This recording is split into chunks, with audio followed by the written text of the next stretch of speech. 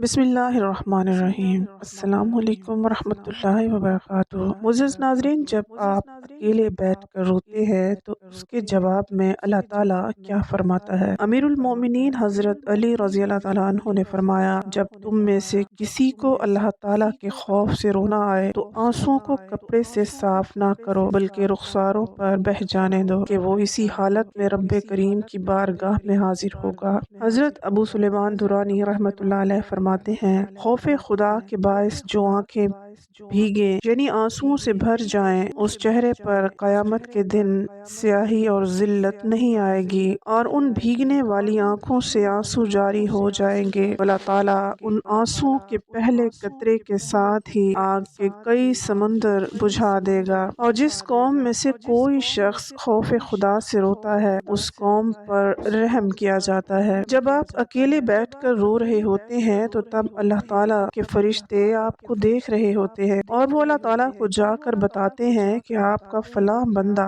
فلاں جگہ پر بیٹھ کر رو رہا ہے۔ اللہ تعالیٰ فرماتا ہے اپنے فرشتوں سے کہ جاؤ میرے بندے کو جا کے چپ کراؤ، اور پھر وہ تھک ہار کر واپس آ جاتے ہیں۔ پھر اللہ تعالیٰ سے کہتے ہیں کہ یا اللہ تیرا بندہ ابھی بھی رو رہا ہے۔ پھر اللہ تعالیٰ کیا فرماتا ہے؟ اللہ تعالیٰ فرماتے ہیں کہ میرا بندہ اس لیے رو رہا ہے کیونکہ میں نے اس سے اس کی ایک چیز چھین لی جو اسے بہت زیادہ عزیز تھی اور وہ اس چیز کو واپس حاصل کرنا چاہتا ہے، لیکن مجھے میری ذات کی قسم میں اسے ایک ایسی چیز سے نوازوں گا کہ پوری دنیا اس پر رشک کرے گی، اور جو چیز اس سے چھین لی گئی ہے وہ پھر اس کو بھول جائے گا۔ تو دیکھیں اللہ تعالیٰ ہم سے کتنی محبت کرتے ہیں۔ جب ہم اکیلے بیٹھ کر روتے ہیں تو اپنے فرشتوں کو بھیجتے ہیں کہ کسی طرح چپ کرائیں، اس لیے کبھی آپ خود کو اکیلا نہیں سمجھا کریں، کیونکہ اللہ تعالیٰ ہر وقت ہمارے ساتھ ہوتا ہے اور ہمیں دیکھ رہا ہوتا ہے، چاہے خود ایک اکیلے کمرے میں بند ہی کیوں نہ ہوں، رو رہے ہوں، وہاں پر بھی ہمیں دیکھ رہا ہوتا ہے۔ اور آپ کو پوری دنیا اکیلا ہی کیوں نہ چھوڑ دے، لیکن اللہ تعالیٰ ہمیشہ ساتھ ہوتا ہے۔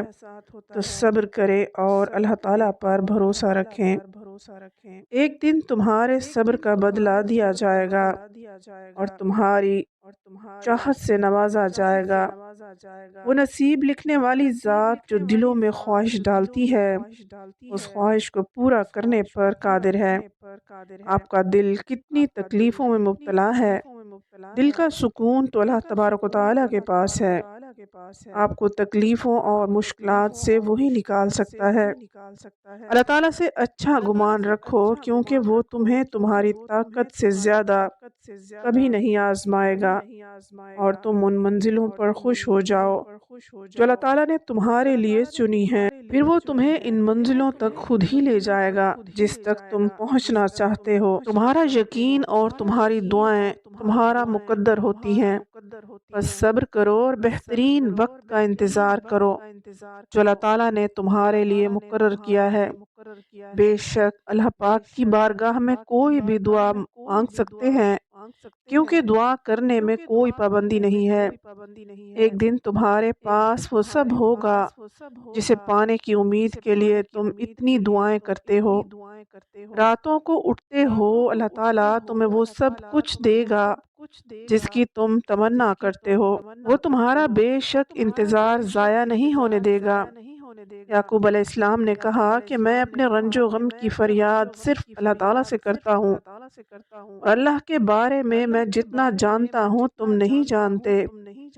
سورہ کہف میں ایک سبق اس لیے بھی ہے کہ جو کچھ ایسا ہماری زندگی میں ہو رہا ہو جس کی سمجھ نہ آئے تو صبر کر لینا چاہیے، کیونکہ ضروری نہیں کہ ہر چیز فوراً سمجھ آ جائے۔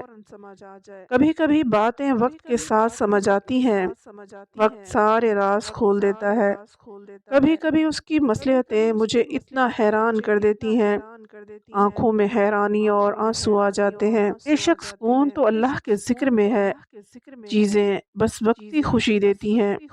اللہ تعالیٰ مجھے اتنا صبر دے کہ میرا دل مطمئن رہے، مجھے اتنا مضبوط بنا کہ کوئی چیز مجھے توڑ نہ سکے، انسان اگر جائے نماز پر سر جھکا کر بیٹھا رہے، کچھ نہ بولے، تب بھی اللہ تعالیٰ کچھ لمحوں بعد ایسا سکون بندے میں اتار دیتا ہے کہ لگتا جیسے اللہ تعالیٰ پریشان دل کو یہ سمجھا دیتا ہے کہ میرے بندے نا امید مت ہو، میں ہوں نا، میں سب ٹھیک کر دوں گا۔ اگر اللہ تعالیٰ تمہاری خواہش کے مطابق دینا شروع کر دے تو یقین جانو تم پھر بھی خوش نہیں ہوگے، کیونکہ انسان بڑا ناشکرا ہے۔ اللہ تعالیٰ ہمیں شکر کرنے کی توفیق عطا فرمائے۔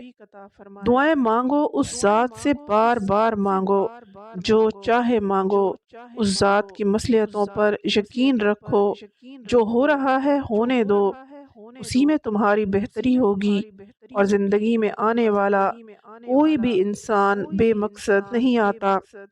ہر انسان ہمیشہ آپ کے ساتھ بھی نہیں رکتا۔ کچھ لوگ ایسے ملتے ہیں جو آپ کے ساتھ زندگی بھر کے لیے رک جاتے ہیں، اور کچھ لوگ ایسے ہیں جن کے ساتھ ایک مدت تک کا سفر ہوتا ہے اور پھر راستے الگ ہو جاتے ہیں۔ اور کچھ لوگ اچھے ملتے ہیں اور کچھ لوگ آپ کو توڑ دیتے ہیں، لیکن ہر انسان اپنے ساتھ کوئی نہ کوئی سبق لے کر آتا ہے۔ جس طرح غلطی اپنے ساتھ کوئی سبق دے کر جاتی ہے، لوگ آتے جاتے رہتے ہیں، یہ سلسلہ چلتا رہتا ہے۔ جب کوئی انسان ایسا آئے جو آپ سے ہمیشہ کے لیے دور ہو جائے، اللہ تعالیٰ کا شکر ادا کرے۔ اگر اللہ تعالیٰ نے تمہاری زندگی میں سے ایسے شخص کو نکال دیا ہے جس کے بنا تم اپنی زندگی سوچ بھی نہیں سکتے تھے، تو اپنے آپ کو اس شخص کے لیے تیار کر لو جو تمہارے سارے غم بھلا دے گا، کیونکہ ہماری پسند ہمیں تکلیف دے سکتی ہے، لیکن اللہ تعالیٰ کی پسند بس خوشیاں لے کر آتی ہے۔